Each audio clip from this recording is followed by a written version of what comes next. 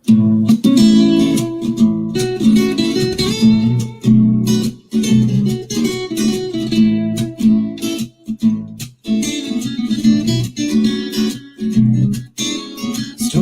time with Mr. Limata.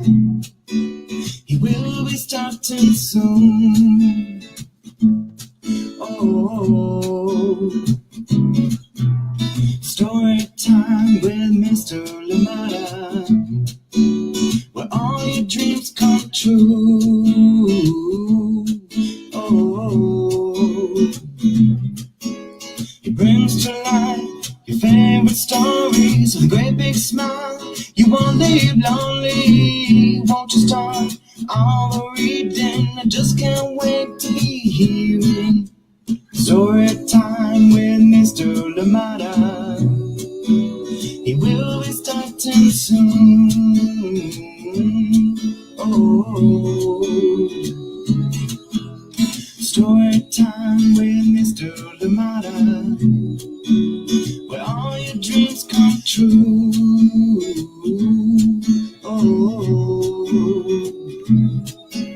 he brings to life your favorite stories with a great big smile. You won't leave lonely, won't you start all the reading? I just can't wait to be hearing.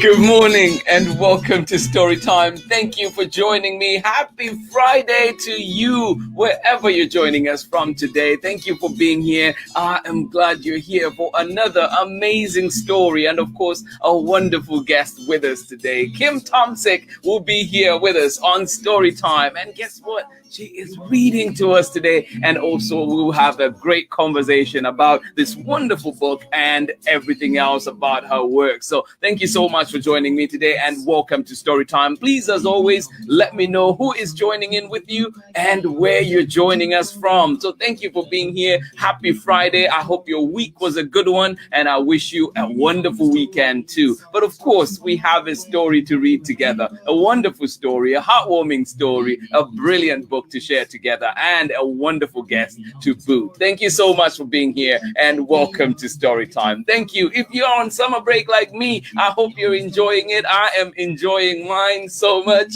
and I hope that yours comes soon if you have not started yet. Please do send in those questions and anything that you have to share with our guest today, Kim TOMSIC, and find out more about her. So thank you so much for joining in, and we have this wonderful book. The elephants are back. Yes, they are coming home today. Thank you so much for joining us. And of course, we're reading this one with permission of Chronicle Books of San Francisco. And also, this book is not done by Kim alone, but she worked with HADLEY HOOPER. So get ready and find out more about what it takes to create such a wonderful, wonderful book. Thank you for joining us. Please let us know where you're joining us from and who is joining in with you. And if you're on African time like me, you're still welcome. We will catch us as we go. Thank you so much for joining in. And very soon I will be bringing on Kim TOMSIC. Good morning to you, Amanda West. How are you doing today? Good to see you. And of course, Sarah and Nathan, never forgetting you. How are you doing today out in Illinois? And you say, well, we're celebrating our last day of first grade. Well, congratulations. And I hope you're looking forward to second grade. Good to see you. Thank you so much for sharing that wonderful news. Yes, moving on up. Thank you so much for sharing, Sarah and Nathan. And of course, good morning to you, Amanda West. Amanda, how are you doing today? Amanda Waltman, good morning to you. And of course, baby Bia, how are you doing today in cloudy, drizzly Seattle? I know I say this a lot, Amanda, but that does sound like Seattle, I know. I hope we're bringing you the warmth today on Storytime, and we have a wonderful guest. Hopefully she brings you the sunshine as well. Thank you so much for joining in, and I hope that drizzly cloudy Seattle soon opens up to some sunshine. Thank you for joining in, Amanda. And how are you doing, baby Bia, as well? Thank you so much for being here. Oh, Ellen, you're saying your Chicago is sunny today. How are you doing? Thank you so much for joining in. I am glad you are here, Ellen. Share some of that sunshine. Good morning to you. Kristen Mitchell, and of course, Borden. How are you doing out in Burlington, Vermont? Good morning to you. And you say Borden has a little cold, but Storytime is already cheering him up. Oh, that's my job done for the day. Thank you for sharing that, Borden. I am so glad you're here with us, even on a day when you're not feeling too great. I'm happy you're here, buddy. Thank you so much for joining in. Good afternoon to you out in Vermont. And of course, Chrissy, thank you as well.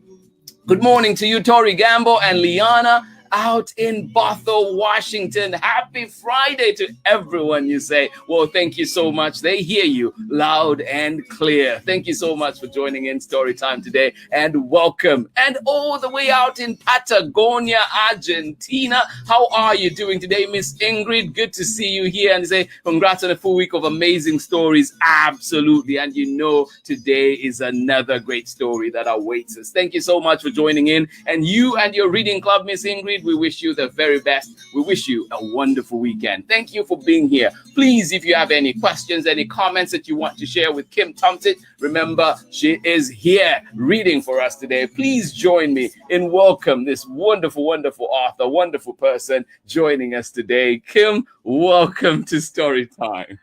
Wow, what an energetic introduction. Thank you so much. And hi, everybody from Phoenix, Arizona, where we'll probably reach 115. So anybody needing to borrow any heat, I'll be happy to send it your way. Amanda, Bia, hear that? Yes, I'll loan you a few degrees. Wow, that is crazy. And I know, like, here, I think it's today they're saying it's going to be, I think, around 70, and I was saying, oh, it's too much. That's funny. That sounds like a winter coat day to me. Oh, man. Well, thank you so much for being here, Kim. Yes, I'm so excited to be here. I'm so grateful that you invited me. I'm excited to share our book. Yeah. And yeah, do I just get started? What do I do? Well, how does it feel, though, I'll just ask one question before you get started with the reading. How does it feel, though, because I know the day was coming when it was, like we're talking about it coming out, and then it did come out. Now has it been a month? It has been May 18th, so not quite a month yet. Not quite a month yet, yeah. So how does it feel? How have those days since May 18th been for you? Busy and amazing.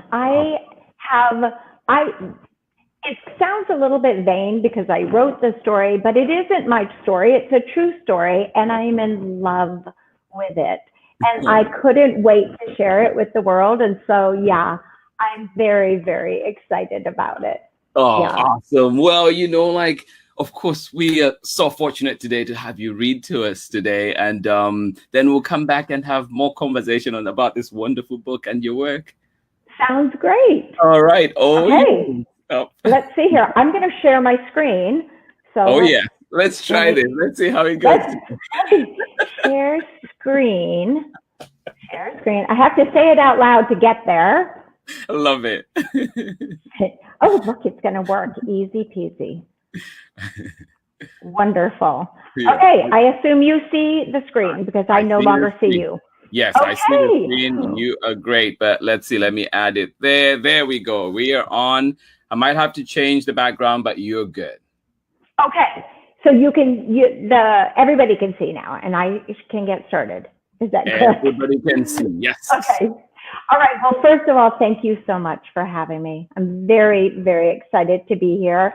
On the side of the screen, that is beside your image, is what's called in books, it's called the end papers. And it's pretty special when a publisher lets you have end papers. And HADLEY HOOPER is the illustrator of this book. I just want you to appreciate her art as we go through this story. I am so in love with it, and I'm so happy that the publisher teamed us up when I wrote this book. All right, here we go. Oh, and before we get started, I wanted to share a photo with you guys of Nana. She is the matriarch elephant in this story. And after I wrote the story, I really wanted to get a few more interviews because with nonfiction, you really want to get everything right. And so my husband was going to Africa to rescue rhinos, and I asked him if he would also go to South Africa, to Thula Thula, Zululand, which is in, I think it's pronounced KwaZulu-Natal area, and to get one more interview with Francoise, who runs the game reserve at Thula Thula. And when he showed up, Nana, the matriarch, just walked out of the bushes and showed up too. And she could have been anywhere on 11,000 acres, and she showed up and greeted him. So I thought that was pretty special. All right, here we go. The Elephants Come Home, written by me, illustrated by the fabulous Hadley Hooper. This is Lawrence. He loves animals. This is Francoise. She loves Lawrence. This is Max. And this is Thula Thula, a farmhouse, a garden, a swimming pool, and 11,000 acres of African bush, savanna, and forest. Around Thula Thula stretch miles and miles of fences so the rhinos can splash the river. The impala, Cape buffalo, and zebra can graze the savanna. Even the crocodiles at the Guala Guala Dam can swim in peace. There is no hunting at Thula Thula. When spitting snakes creep into the farmhouse kitchen, Lawrence uses a soft broom to scoop them outside. When bark spiders weave webs between the patio furniture, Francoise tiptoes around them. And when monkeys steal cheese from Francoise and treats from Max, well, it's a monkey's job to find food, so nobody scolds them. One day, a lady telephones. Lawrence, she says, will you adopt a herd of angry elephants? Angry? Lawrence asks. They've been bullied and hunted, the lady says. Now they roar at the rangers and crush our fences. Folks are frightened. The herd might stampede through town. The village chief says it's a matter of safety. The herd must leave or be shot. Lawrence has never taken care of elephants, but he says yes, they may come to Thula Thula. To prepare for their arrival, he builds a boma, a wide corral with a strong fence where the elephants can live while they get used to their new home. He repairs the broken spots in the outer fence. Then he posts signs reminding the neighboring Zulu villagers, no hunting. Meanwhile, the elephants ride in a trailer past sycamore figs and acacia trees, beyond the Umfalozi swamp and along the Nessalini River. They bump over 1, 2, 3 railway tracks, and then down the dirt path where a sign points the way to Thula Thula. The elephants come. Down the ramp stomps the herd's leader, Nana, then little Mandela, big Frankie, and 4 others. They look at the unfamiliar farmhouse, its swimming pool, and the boma. They look at the strangers, Lawrence, Francoise, and the rangers. Right away, the elephants pound their hooves and trumpet angrily. They're naughty, the rangers complain. They're nervous, Lawrence says. Wouldn't you be if you moved far from your home? Everyone holds a breath and waits. Finally, the elephants calm their noises and tromp into the boma.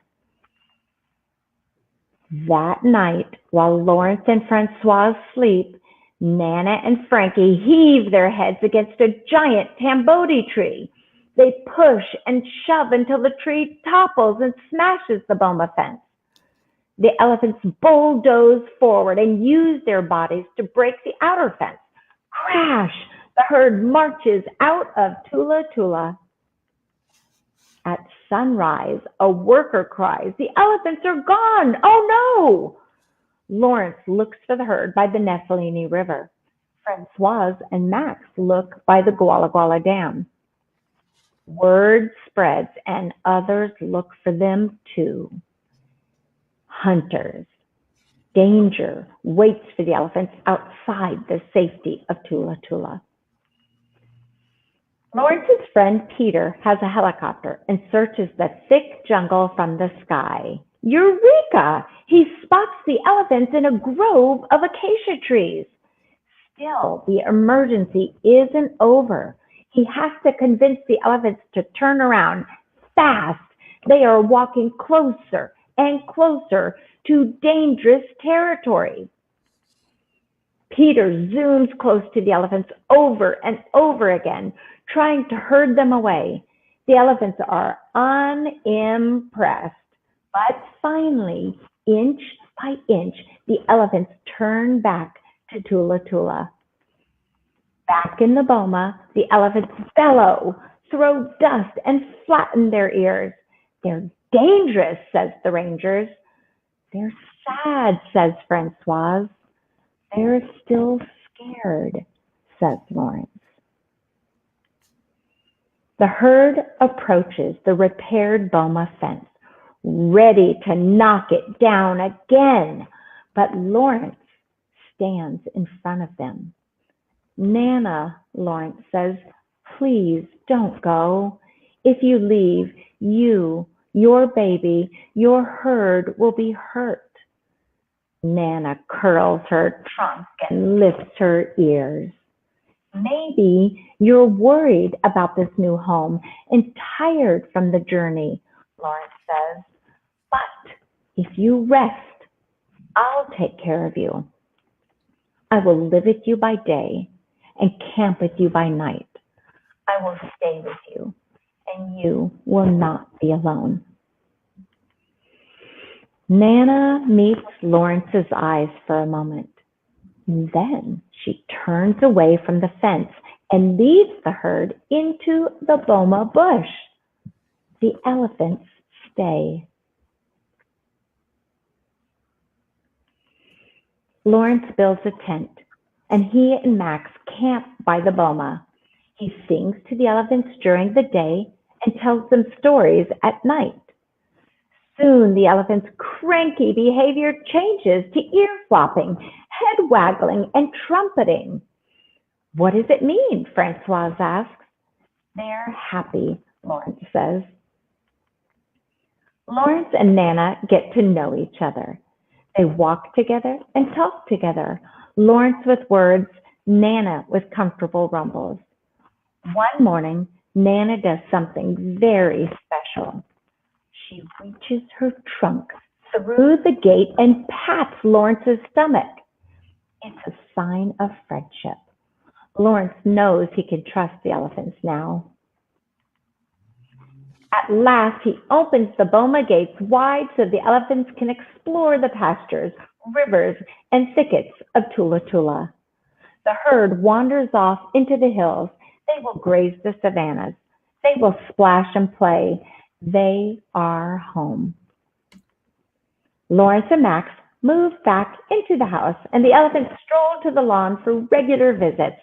Nana likes eating from Francoise's garden, swimming in that pool, and clomping on the porch to pat Lawrence's stomach. And whenever Lawrence goes away, somehow the herd knows the exact moment of his return. They always come to the house just in time to greet him. Years go by, and the elephants spend more and more time far away in the part of Thula Thula where the best acacia trees grow. A 12-hour journey from Lawrence and Francoise's house. Lawrence and Francoise continue to live in the farmhouse, sweeping spitting snakes, tiptoeing around webs, and loving Max. Francoise's garden grows lush, and Lawrence's beard speckles with gray. The rhinos splash in the river, the cake buffalo grazed the savanna, and the crocodiles at the Guala Guala Dam swim in peace. Every few years, Nana and the herd come for a visit. Then, one sunny summer day, Lawrence dies. Somehow, deep in the bush of Thula Thula, the elephants know. They begin their trek toward Lawrence's home that very day. They journey past the Nestlini River and by the sycamore figs, across the savanna and beyond the Guala Guala Dam. They walk and they walk, and the elephants come. Francoise looks out her window as the herd forms a circle around the house. The elephants look at Francoise, make soft rumbles, and bow their heads. They spend the next 3 days there. The elephants live with Francoise by day and camp with her by night. They stay with her, and she is not alone.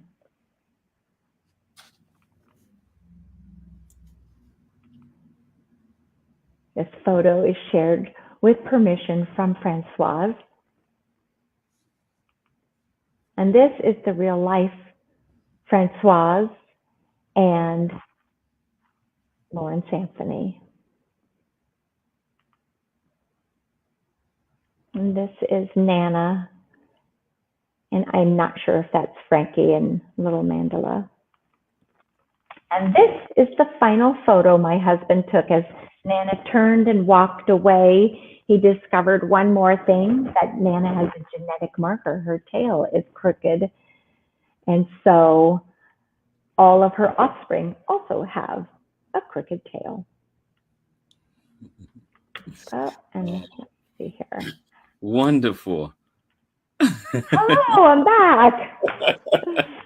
Thank you so much. That was such a great reading and such a wonderful story. Still, you know, like no matter how many times I read it, it just still has the same impact. Thank you for sharing that. Thank you so much for letting me. It's truly a special story. I shared with you that I began this story 9 years ago, over 9 years ago. And so to see it out in the world today, after all the research, all the conversations, all the digging, I am just so happy to get to share this story. Yeah. And if anybody is interested in learning more about where these elephants are, it is Thula Thula, spelled with a TH, and you can go on their website. Yeah, it's amazing. And I know, you know, just from you reading it and you talking about it right now, we get the sense of how special this book is to you. And I couldn't help but I noticed that this one is dedicated to your dedication is, you say, to Steve, Noel, and Cayman. Yeah, and then, you know, to your dad as well. And so I was just wondering, it's like, this is not your first book. I've not seen the dedications in the other ones. So I just wondered why this one got that dedication. That's a great question. So you say it's not my first book, but it actually was my first book that I wrote and sold. However, I just needed to keep doing research. I needed to keep editing this. So then my other books came out, the 1111 Wish, the 12 Candle, and Guitar Genius came out before this story, but I chose to dedicate it to them because they're my herd, and they stood behind me and wanted to see me realize my dream of having a writing career. So, oh, that's awesome. And also, you say 9 years. Were there frustrations at some points? Were there, you know, like, what were some of the highs and lows in that process for this book? Oh, that's a great question. So when I initially wrote this story, I had already met my editor, Melissa Manlove. I met her at an international children's book writing conference called the SCBWI. And it happens to take place in California. People from, I think, usually around 46 different countries from around the world attend this conference. And I happened to get to meet Melissa, which was definitely exciting. And I won a scavenger hunt. And if you won the scavenger hunt, and I'm very competitive, then you could sit down and meet with Melissa, and your team of 5 people could meet with her and pitch something to her. So I pitched her an idea for something completely different. And that didn't work out. I think that was 2010. And then suddenly in 2012, I wrote her an email and I said, so Lawrence Anthony died in March of 2012. I saw a quote in the New York Times about him, and I began my research immediately, like right away. That connection between elephants and humans, or animals and humans, is so incredible. So I would spend hours and hours and hours digging and researching. And then when I wrote the first draft of this, not the first draft, but a draft that had passed muster with my critiquing group, I wrote an email to Melissa, and I'm like, I don't know if you remember me, but I'd love for you to take a look at this story. And so she did. And the high was that she looked at it even after meeting me 2 years ago. And the other high was she really liked it, but something was missing. So she rejected it with an invitation to revise and resubmit. And the something that was missing ended up being, so we went through this twice, like, no, sorry. And I just was like, okay, how about this one?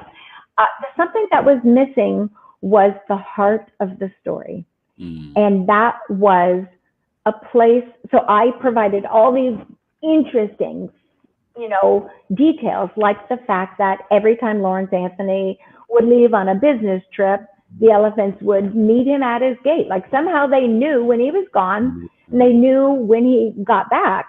In fact, one time he missed his return flight home, and the elephants turn around in the jungle and go back out to the jungle instead of his gate. So they just knew. And so we were so fascinated by these details, but kids don't want to read details. They want a place to insert their feet into the shoes or the hooves of the main character. And suddenly I figured that out. And that was the big high of her telling me, yes, we're going to publish this. And I drove so fast home that I got a speeding ticket. Oh, do you have that speeding ticket framed somewhere? I hope. You know what? I should. You should. I need to find that. Another high was Hadley Hooper illustrating this. I don't know if you've seen the illustration of the book called The Iridescence of Birds, but it's incredible. No, it's you will love this. It's all about Henry Matisse and his mother. And it's a beautiful story. So when I found out Hadley was going to be the illustrator, I was very happy. And that was, like one of the things too. Like, I'm glad you've shared your experience working with Hadley Hooper, because I love her Instagram handle, by the Hadley Who. It's just every time I say it, I want to sing it. I want to sing it every time. Oh, good. You make the Hadley Who song. I'll sing it with you. I can't sing. Same. I was like, no, I cannot sing it. And then, you mentioned Melissa as well, and I was going to ask about just how working with her has been. And then I know that it takes a team, it takes a village. It's not just, like we see you, but there've been so many people that have come in to work on the book. And so how has it been working with that team? And I saw too in the book you mentioned Eva Zimmerman, for example. I mean, I adore her, and I just think she's wonderful. The ultimate background person. Like, she pulls all the strings, but then you rarely see them. And so just wanted to know, like, who else was on your team that, I know it might be too many to mention, but like, who comes to mind? And well, first of all, you mentioned Melissa. Melissa is a genius, and she's this quiet force, and she has so much brilliance in her. She is absolutely a genius, and she is probably one of the most generous people I know, because editors live these crazy busy lives. And it seems like every time there's a fundraiser for like hurricane situations, or I can't even name all the charity situations that Melissa has participated in, where Melissa will offer a critique or a mentorship or something if you bid on this item. And I've seen people bid on Melissa for thousands of dollars. In fact, I did a fundraiser called Kidlit for Haiti, because my father's charity is in Haiti. And so, again, she donated a critique, or 3 critiques it was, for that. So that was incredible. I would have 0 writing career if I didn't have a critiquing group. So shout out to my many critiquing partners, Will Limon, Elaine Pease, Penny Berman, Carissa Mina, Sally Spear, Brian Papa, Lawrence, oops, there goes my ear thing, Denise Vega, these guys, and Anna Harbor Freeman, she was also at the early part of the critiquing group. Such incredible help that you get from critiquing partners, because when you critique back and forth, when you're working on somebody else's work, it's easier to spot the good and the flaws that need working on, so that after you've spent an hour working on somebody else's work, now you know what to look for in your own. If you have a writer's tick, for example, and you're repeating, a word all the time, like and then I just, let me look for those and delete those out of my story. Oh, no, that's great to know. And I think too that just some of the comments out there, and Ingrid in Argentina says, thank you for mentioning that. Like, kids, I believe they really need and want to see the connect with the characters in the story. And I think you did an amazing job with that. And speaking for myself, as a child, as a kid growing up in Zambia, like, that's a story that I could immediately relate to. It was places that I had seen, places that I knew, and even as I'm reading it for somebody who has not seen those places, the depiction of them, the representation of them is so accurate that warmed me out, especially because not all the time that Africa and like, we tend to be brushed in broad strokes. And so I felt like that really touched on something, a particular piece of Africa, and it talked about it so well. So thank you. Yeah, I really appreciate that. And then I wanted to also comment on that. For everybody is going to find a different placeholder. Like, I love that you found that. For me, when I was writing this story, I moved a ton as a kid because my father was in the Air Force. So we moved and we moved and we moved. And as a child, of course, I didn't get a say so. And same thing with this herd of elephants. They were displaced. They were booted out of one wildlife reserve after the other because they were said to be naughty, when really they were angry. They were angry at, being hunted, and they were angry at being forced to move. And so that placeholder might be, wow, I had to move too. Or that placeholder might be, I had to learn trust, and trust can be safely given away. Right. No, absolutely. And there's another comment too for you from Chrissy, and it's just, like, just appreciating the book, the illustrations, and the whole story. And that brings me to when did you hear about Francoise and Lawrence and their work? Like, when was that initial introduction? Yeah, so that first connection, I was living in Boulder, Colorado. I was in a core power yoga class. Suzanne was the teacher. Lawrence Anthony had just passed away, and Suzanne read a single quote from the New York Times, or maybe she read a quote, and I don't really remember, except that she said, "We are all connected." And that connectedness really, like, I just actually wanted to get out of my down dog and run home and do my research, because I was so fascinated by it. And yet I am curious why I'm so fascinated, because if I'm sad, my dog is going to come hunt me down in the house and lay right beside me. Animals just are connected in a way that is beyond what we can actually explain. So that was my first introduction, was hearing that quote. And then, of course, I read everything. I watched everything I could find online, everything I could find on YouTube with them. And then after a fair amount of time, then I reached out to Francoise. Yeah. And then the final interview was live with my husband and Francoise and my sister-in-law. The three of them met.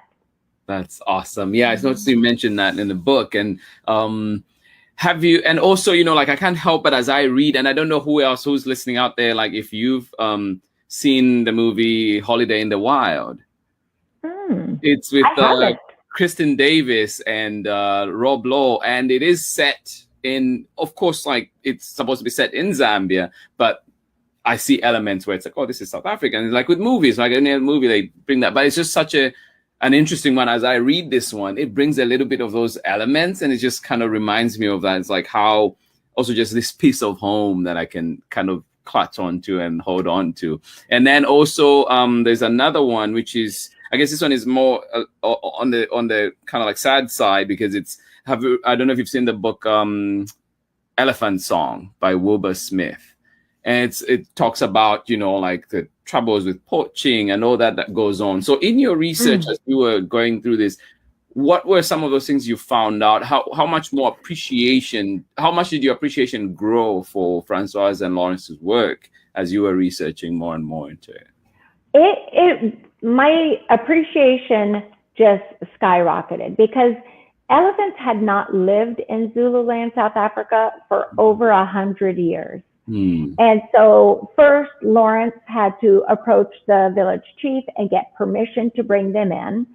And that was a big deal. He had to hire somebody to tell him if the boma, which is a corral, was created and then he had to make it up as he went, because he knew he never had elephants.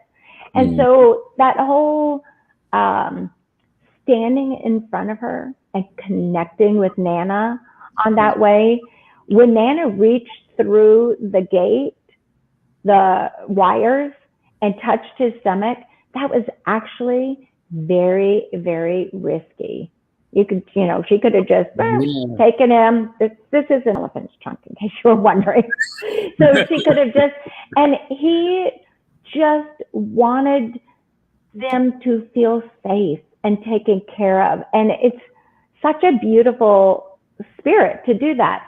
Francoise is really working hard to rescue rhinos, because of all the rhinos on our planet, we only have 1% left. Wow. 1%. So in fact, the rhinos are so connected with Francoise that when my husband and my sister-in-law finished their interview with her, all of a sudden there was a big commotion going on, and somebody was calling her on the radio, and my husband said, "What's happening?" And he goes, "Those rhinos, they don't like when I leave town, so now they're all blocking the gate for her car, so she couldn't even leave." Yes. But yes, it must be exhausting work. Yeah. And yet she is constantly showing up for it. That's amazing. And, I know you mentioned you did calls, you did reading, you did interviews. And like, at what point did you feel, well, I think maybe now this is the time I should check in with Melissa? Or like, every time I questioned something, and then I'd reach out to Francoise, or I'd reach out to one of her rangers. I think his name was Alfie, and then there was also Portia. They would get back in contact with me, and I would feel like anytime there was anything I questioned, because it's nonfiction, I would readdress it. And then if there was a little edit, Melissa would be like, okay.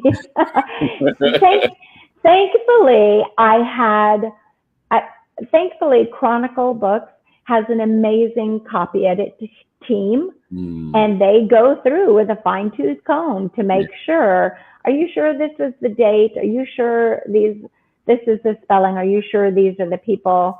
I mean, even Hadley, who is the illustrator, well, I say even, of course it makes sense. I've never thought from the perspective of an illustrator, but she reached out to me and said, do you know what biome is at Thula Thula? And I was like, wow, great question. And I happened to have a photo of a sign that shows the vegetation, the animals you could expect, but I also still reached out to one of the rangers to ask. Yeah. And was it planned that your husband and your sister-in-law, and was it planned that they would go and do the interview in South Africa, or how did that work? How did that come about? So they were going to a secret location to rescue the rhinos. And I don't know how my husband convinced this group that he's like, I'm a big animal fan. Not a big animal, but he's just a big fan. But he said, I'm a big animal fan, and I'd really like to get involved in helping. And somehow he was allowed on board. And so he's planning his trip. And in the meantime, I'm reaching out to Francoise saying, could my husband come for one face-to-face interview, take photos at these designated locations, and also give you a copy of the manuscript so you can read it and correct me if anything is wrong. That was like that final checkbox. Yeah. And so I said to him, after I got that agreed upon, I said, hey, while you're in secret location number 1, will you go to Zululand, South Africa for me? And he's like, Africa's a huge continent. And I was like, you owe me, fella. You can do this thing for me. And so it was like, okay, I will do it. And it's one of the treasured moments of his life. He really felt special about that interview. Oh, that's and awesome. Yeah. Oh, that's wonderful. And also just, what was something that surprised you through this whole process, or just surprised you with the making of the book itself? I mean, maybe the way it came out. Right. Well, in the surprise and the research, I really wanted to understand like how elephants communicate. And so I went to different websites. I was a fan of The Dog Whisperer. I don't know if you've ever watched that series or that TV show. No. It's a reality TV show where a man helps train dogs. And I was such a fan of that I read Lawrence's book. He has a book, by the way, an adult book. It's called The Elephant Whisperer. And so after reading that, I was so fascinated with it that I wanted to learn more. And I was interested that elephants communicate with like these soft rumbles that they make. And I wish there was a decoder so we could learn about that. Also in research, I was really fascinated that when elephants passed bones of an elephant that had died that belonged to their herd, they'll pick them up and they'll rub them on their body. If they pass bones of another elephant, they will just pass them. But if it's somebody from their herd, they'll circle it and they'll rub them on their body. Yeah. But the most surprising thing was more surprising than that. The most surprising thing was that I was reaching out to Francoise after, some years went by. Right. And it was year 3. I was like, did the elephants come back? So the elephants returned to her house at the exact hour on the exact day of his death, 3 years in a row, and circled the house again. And then the 4th year, I asked her, did they come back? And I think she said something like, elephants are kind of gathered around, but it's a leap year, so I think they're confused. And I thought that was a funny answer. But 3 years in a row, she said it was supernatural feeling. Yeah, no, that's amazing. And like that connection that you talk about, it's amazing to think of it like that. Like how 3 years. That's mind blowing. And by the way, can I just say one more thing? Yeah. In all the gratitude for this book, it is Francoise that deserves the most gratitude. She was so helpful. So I didn't mention that because I just took it for granted. So there it is. No, thank you for bringing out her story. And I noticed too that in the book you mentioned that she has written a book as well, right? And, yes, she's written a book called There's an Elephant in My Kitchen. Right. And I believe the story is that a 4-day-old elephant got separated from the herd and so wandered into her kitchen of all places. So check that out. And was it from the same herd from Nana's herd, or was it a different? Yes. So they've only had one herd at Thula Thula. Well, actually, I don't know if they've brought in additional elephants. The herd is now 28 elephants. Yeah, that's amazing. From 7. Yeah. Right. Yeah, no, that's amazing. And to think too that it found its way. And which brings me to this question that Ellen put out. I don't know if you've been following that. Yeah, so she's, like I'm sure just wanted a comment from you on like what your thoughts were on that. And hi, Ellen. So the group of elephants in China, I'm riveted by that. I wish I could read minds. So I've heard some say the matriarch is young and she doesn't actually know what she's doing, but I don't have a theory. Yeah. I mean, what happens is my fiction side of my brain wants to create, like she's on this grand tour, she has this destination and she has to get this job done by this ticking time clock, and I would love to know that. And so it sounds like their plan now. For those of you who don't know, there's a herd of elephants that have wandered out of a sanctuary in China, and they're just going to town. They are. And so it sounds like the plan is they're putting blockades and encouragement to get them to go back. Oh, yeah. So that's amazing. I'm glad that there's also just such global coverage and like interest, and hopefully that keeps them safe as that's amazing. Yes. And then that's a great point. Yeah. And Amanda, I think, is ready to take you up on your offer. All right, there. I'm going to open my door and just send it outside. You've got it, Amanda. Perfect.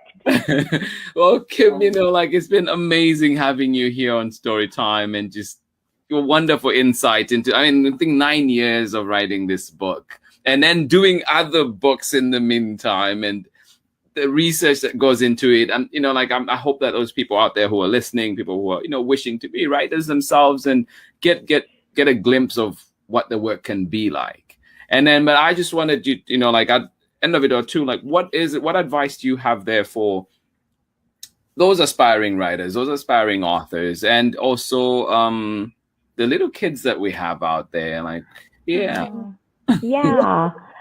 So firstly, for the little kids about this book, there are a lot of feelings that happen. There are things that you're excited about, and there are things that feel really sad.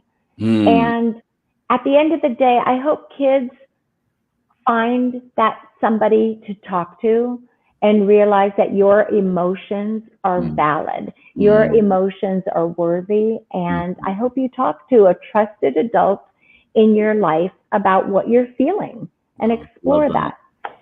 For writing advice, so if you're a children's book writer, my number one piece of advice first is to read. Read. And if you're writing children's books, read children's books.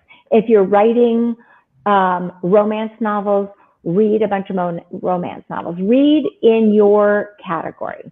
And then the second thing I would do is I would join an organization that helps you grow in that area. So specifically for children's book writers, the Society of Children's Book Writers and Illustrators. Oh my gosh, they're another thank you. I would not have a writing career without them. So I'm so grateful for Lynn Oliver and Steve Mosier, who started that organization, which is over 50 years old now. Wow. And then number 3 piece of advice is join a critiquing group. Don't be precious about your work. Listen to a critiquing group and decide. And critiquing groups might be like dating until you find that right group for you. And it can't be a group that just says everything you do is brilliant. And it's just, right? The group needs to challenge you, and they need to give you feedback in the sandwich method, which is telling you something positive and specifically why, giving you critical feedback, meaning, I don't really believe this character, and here's why, and you give the specific reasons why, because you can't just say, I don't like this character. You have to go specific, and then you close with something positive. Yeah. Oh, amazing. Wonderful. Thank you so much. I think with that bit about emotions that you mentioned for the kids, it's so powerful, because I found it too, like even as we were going through the pandemic, as adults, we knew what was going on. We're making decisions. We're able to make decisions about our lives. But here are little ones who are just going through at times not being able to make decisions, and just, this is what we're doing. School is closed. Or you can't go to the park, you can't do this. And just imagining how, if we could take a moment as adults to talk to the kids, and hopefully the kids out there too that are listening, take that advice and really reach out to those trusted adults in their lives. Thank you so much for sharing that. Oh, you're welcome. Yeah. And I think it was, and then I was just going to give a plug for animals and for the environment and for Earth. Like we could just keep going on. No, absolutely. I appreciate it. Wonderful book indeed. Please find it at your local library. Find it where you get books. The Elephants Come Home. A beautiful, wonderful story. Heartwarming, as you can see the connection. And also you can just tell it's made with lots of love. Thank you so much, Kim, for joining us today and sharing this wonderful work with us. And we'll hope to see you again on Storytime and see your work. Follow her. Please go to the website, kimtomsic.com. And also you find her on Instagram at Kim TOMSIC. I was going to make that mistake after I went the whole time without doing it. I always want to say Tom Kimsich. I don't know why, but you were so close. So close. Please do find her on Instagram and also follow. But thank you so much for being here, and I'll catch you in the backstage. Thank you so much. Thank you. Everybody joining in story time today. That was the fabulous, the amazing Kim TOMSIC, and you got to learn more about this wonderful book that we read today, and of course learn a little more about her work as well, the research that goes in. And yes, to all aspiring authors out there, you know a little bit more about what you need to do. And also, yes, paths are different, but absolutely great insight coming in today. And of course, the team behind you, the critique, the people that help you, that are, give you edits, give you feedback. That feedback is absolutely important. And for you, the kids out there, please find those supports, reach out to those adults, share what you're feeling so we know, and hopefully we can get the help that is needed. Great advice there from Kim TOMSIC. Amazing book, great advice, great person. I am absolutely honored to have had her here today on Storytime. I hope you learned a thing or two. And for those of you that are joining us with the recording, please do follow Kim TOMSIC. And of course, find your book. Find that book at your local library. Find it at your local bookstore. And remember that you can get signed copies too if you go to changinghands.com. Thank you so much for joining us today. A big thank you to Kim TOMSIC, and of course HADLEY HOOPER, who we hope one day can join us as well. And of course, a big thank you to Chronicle Books of San Francisco. This has been Storytime for today. This has been Storytime for this week. Amazing personalities here with us. Amazing books. Wonderful indeed to share time together. I wish you a wonderful weekend. Much love from me, and I will be back again on Monday with more amazing books. Please take care of yourselves. Hugs and kisses to each and every one of you, and remember those special moments that you have with your people in the community. Please remember that your every little thing that you do matters. Every little thing that you do is important. So go out there and make that difference. Thank you so much for joining in today. Much love from me, and bye-bye.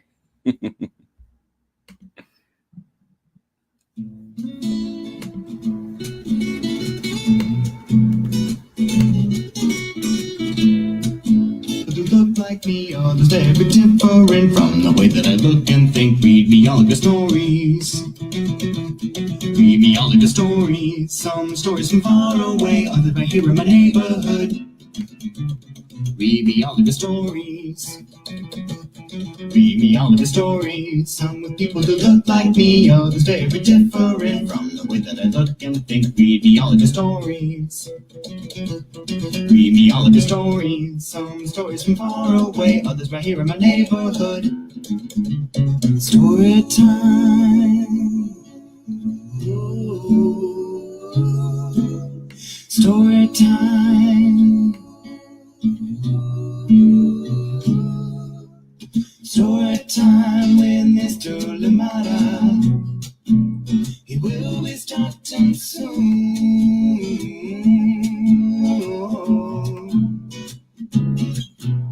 Story time with Mr. Limata, where all your dreams come true. Oh, he brings to life your favorite stories with a great big smile. You won't live lonely, won't you start all the reading? We just can't wait to hear him. Brings to life your favorite stories with a great big smile. You won't live lonely, won't you start all the reading? We just can't wait to hear